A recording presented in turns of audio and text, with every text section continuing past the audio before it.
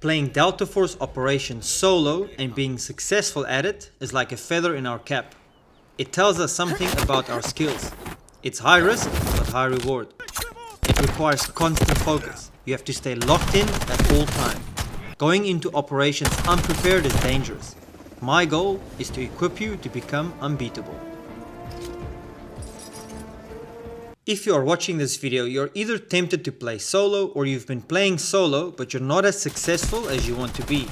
My aim for this video is to help you fix that. I'm currently playing on easy mode, but my success rate is quite high because of a few skills I've learned. I'm going to teach you these skills and then you will need to practice it. My current extraction success rate is 83% and my KD is 27. These stats are purely from playing solo. In Season 7 I haven't joined a single team yet. I encounter at least 2 teams per game. I join a regular lobby but I don't have squad full activated. I didn't mention these stats to brag. I'm sure there are people way better than me. I just mentioned them to show you that what I'm doing works. The first thing you have to do is select the appropriate operator. All these operators have cool features, but they are not all a good fit for solo play. I've had good missions with all the assault operators because I used them during warfare. I got used to their movement. As far as solo operators go, there are better. Even though I will give you my specific suggestions, you might still feel more comfortable with your current operator, and that's okay. Selecting the best operator for solo play depends largely on their special abilities, so you need to know what each operator brings to the table. As for what I believe to be the best operators for solo play would be Hackclaw or Luna. I don't like Raptor as much, although his way of identifying enemies are very effective. I just don't like operating that bird. At close combat, he lacks attachments that can disrupt the enemies. All of these operators can reveal enemies to you. You need this so you can work on a quick strategy before you engage or they engage with you. Let's quickly look at Hackclaw's special abilities and then I will show you how I use them in the field. She has a detection device that can discover enemy operators up to 60 meters. If they are close enough, you will see a thin line on the ground guiding you towards them. It doesn't let you see through walls, but you just need to follow the lines. She has a blinding device, which is perfect to disrupt opponents during a gunfight. You don't need to be super accurate either. Just release it in an opponent's general direction. Her throwing knife is deadly, but here you need to be super accurate. You can't aim like you do with a weapon. Her throwing knife is also very useful to take out bots silently. If you are really good, you'll also be able to take out an operator. Her special trait is silent footsteps. Now I don't know exactly how quiet. If you crouch, this activates, but on my end, it sounds like her footsteps still make a bit of a noise. A lot of players prefer to use Luna because of her electric bow. But let's look at all her special abilities. Her detection arrow crosses over a large distance and covers a wide area, revealing the position of your opponents briefly in field and intermittently on your minimap. Her electric bow can weaken an opponent a good amount and has decent range, but you need to shoot accurately. She has 2 bombs that can be rather useful when facing multiple opponents. With these special abilities, it leaves you mainly with the option of longer distance gunfights. Both her arrows shoot a significant distance and her grenades also help to keep the distance, making her suitable for long range gunfights. My experience with solo operations is that you will encounter close combat much more often than long range. That's why I personally prefer Hackclaw, because she is very effective during close combat.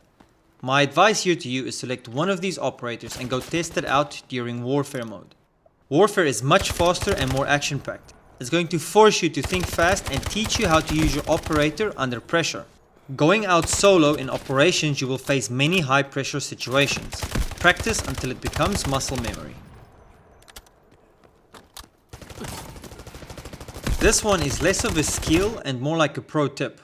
If you go in with really cheap gear, you will naturally be under less pressure, because you won't fear losing the good kit you worked so hard for. Do this until you become more used to going in solo. You will for sure come up against a team.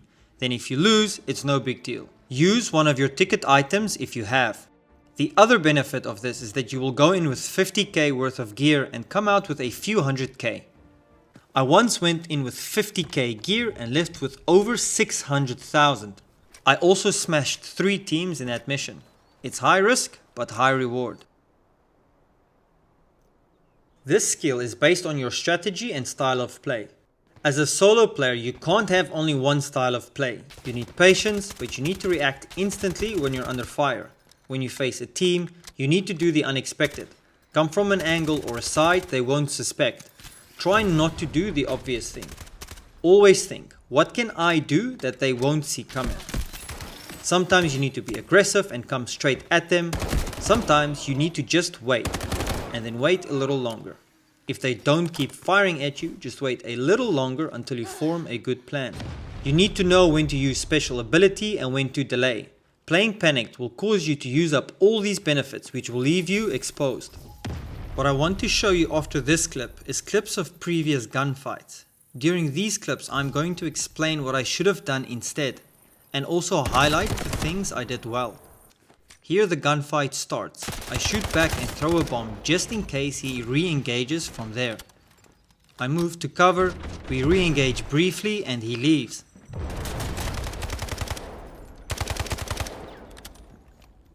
Do you see the windows on my left?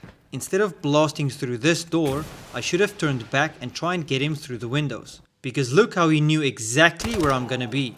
Lucky for me, I got him first. Two team members are down, and as I go through their loot, the third guy reveals that he is close. What I did now was perfect. I move for cover and make sure he's not coming from behind. I move slowly, crouch and wait, and the guy runs straight into my aim. The next gunfight was a crazy one. At this point we've been at it for some time, but now I simply wait until I can hear exactly where he is.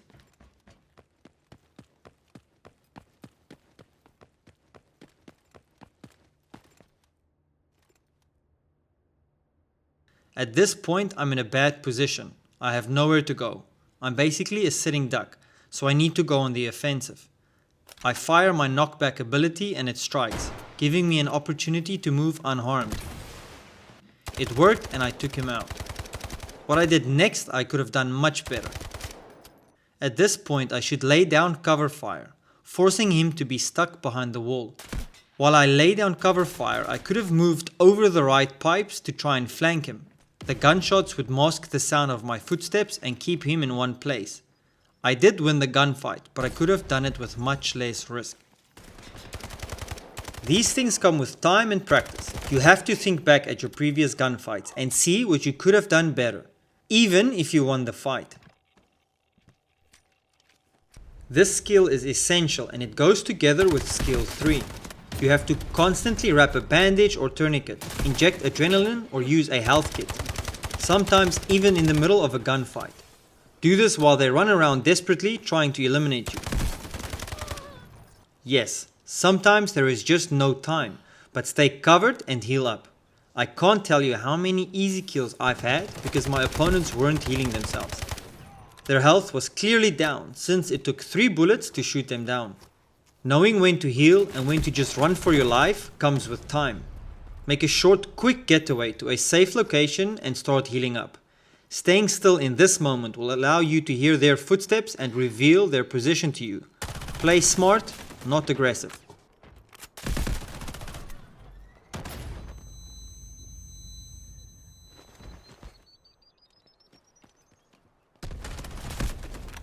This might sound a bit odd, but I've done it multiple times with great success. In Delta Force, the audio of footsteps is very loud.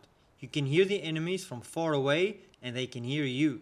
So, when you approach an area that has a lot of activity, listen for footsteps. Only move when you hear nothing or when an enemy moves. Their footsteps will cover yours and won't reveal your position.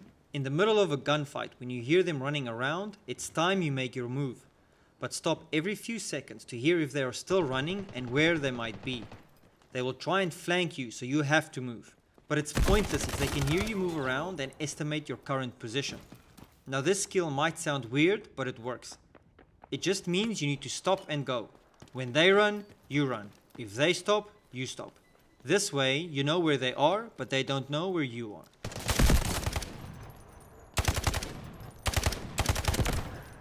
Whenever possible, don't fire your weapon. There are teams who will try and hunt down where gunfire comes from. Whenever possible, use a silent takedown on bots. I use Hackclaw's throwing knife a lot. It's super effective. I haven't been able to do a silent takedown on an actual player yet, but if the opportunity presents itself, I'll definitely do it that way. Taking a team by surprise gives you the best odds of survival. These are the top skills I think you need to have to be a menacing solo player. Your goal should be to get as many operations under your belt as a solo player. Get used to your operator and their special abilities. Know when to deploy them. Do the unexpected. Think on your feet. Take pressure off yourself by going in with cheap gear. Always check your health. Heal during gunfights. Don't draw attention to yourself by firing your weapon. Only move when they move. Don't expose your position. Once you incorporated these skills into your gameplay and you see success, make sure to come back to this video and leave a comment. Share with me what helped you the most.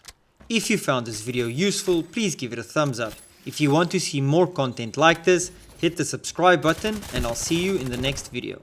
Take care everyone and happy gaming.